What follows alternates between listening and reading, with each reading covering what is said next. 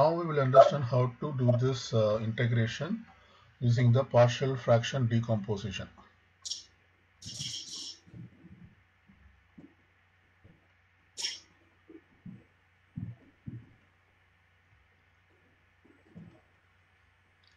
Partial fraction decomposition. Okay, so we have to integrate dx over x plus 1 times of x plus 2. Both are linear terms. So we are going to apply the partial fraction decomposition. So what we do is we first take down only this fraction, that is 1 over x plus 1 times of x plus 2. We know that this can be written into partial fractions as a divided by x plus 1 times of plus b divided by x plus 2. Okay, so now what I'm going to do is I'm going to multiply both sides with the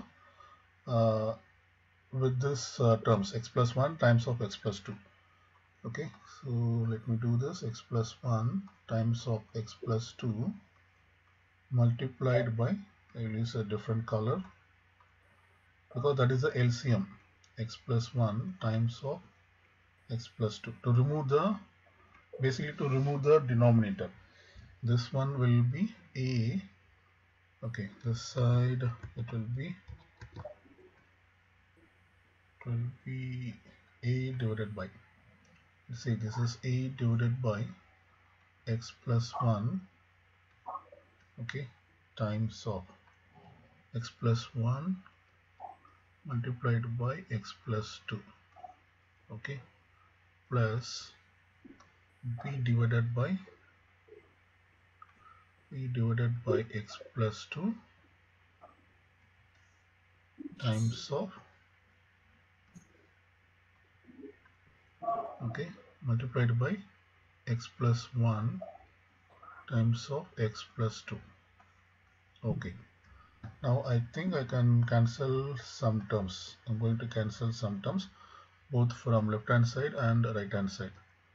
Okay, okay, so this here I can cancel all the terms like this. I can cancel all the terms. X plus 1 I can cancel x plus 1, x plus 2, as well as x plus 2 I can cancel. Similarly here I can cancel x plus 1, and here I can cancel x plus 2 and x plus 2. So finally let's see what we get on both sides now. So this side I'm going to get, since the denominator is completely gone, I will get only 1 here, and this side I'm going to get, this denominator is gone, and I will get a times of x plus 2, okay, and then b times of x plus 1. Okay, good. Okay, so now we have to find out the values of a and b. We have two methods. We can equate by coefficients, or we can do some substitution also. Let's do it by equating the coefficients on both sides, equating the like coefficients, or the similar coefficients. If that is the case, I write down this 1 is 1 only.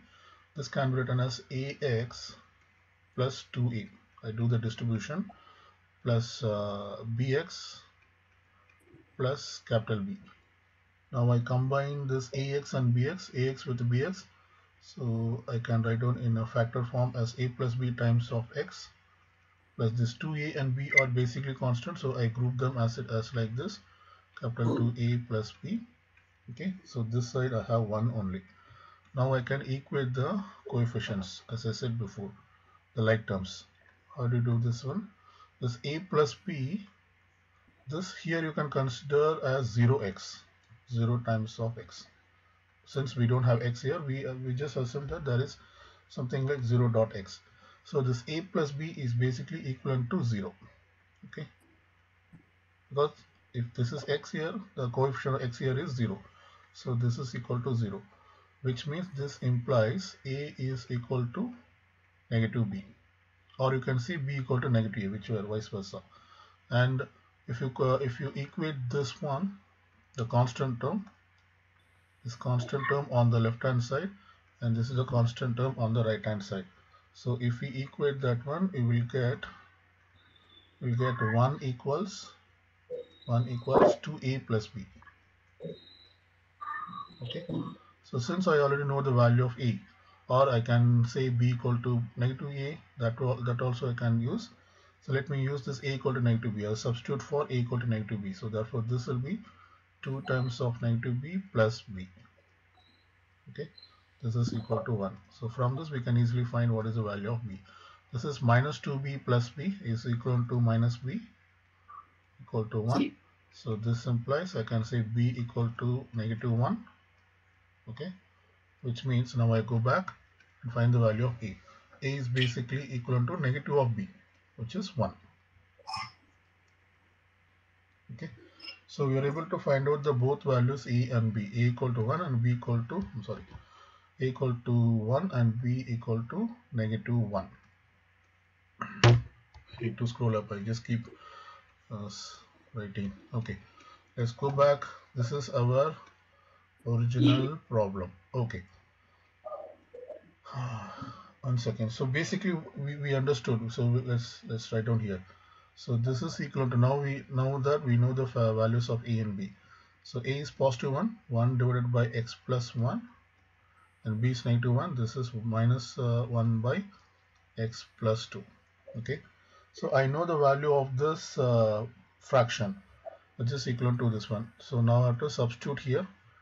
Okay, so therefore our integral is equal to, this is integral, right? Integral of 1 over x plus 1, 1 over x plus 1, okay, minus 1 over x plus 2 dx. Okay, let me see if we have some space here. Yes, we have some space here. I'm going to write. So this is equal to, I can split this into two integrals as 1 over x plus 1 dx integration minus 1 over x plus 2 dx integral. So which is equal to, this is basically nothing but log mod x plus 1, log mod x plus 1 minus log mod x plus 2. If you integrate this, okay, log mod x plus 2 plus the constant of integration, which is c. Now we can combine both using the logarithmic properties. We can combine both these logs, which we can write down this as one simple logarithm, which is log mod x plus 1 over x plus 2 plus c. So this is the answer for this question. Okay.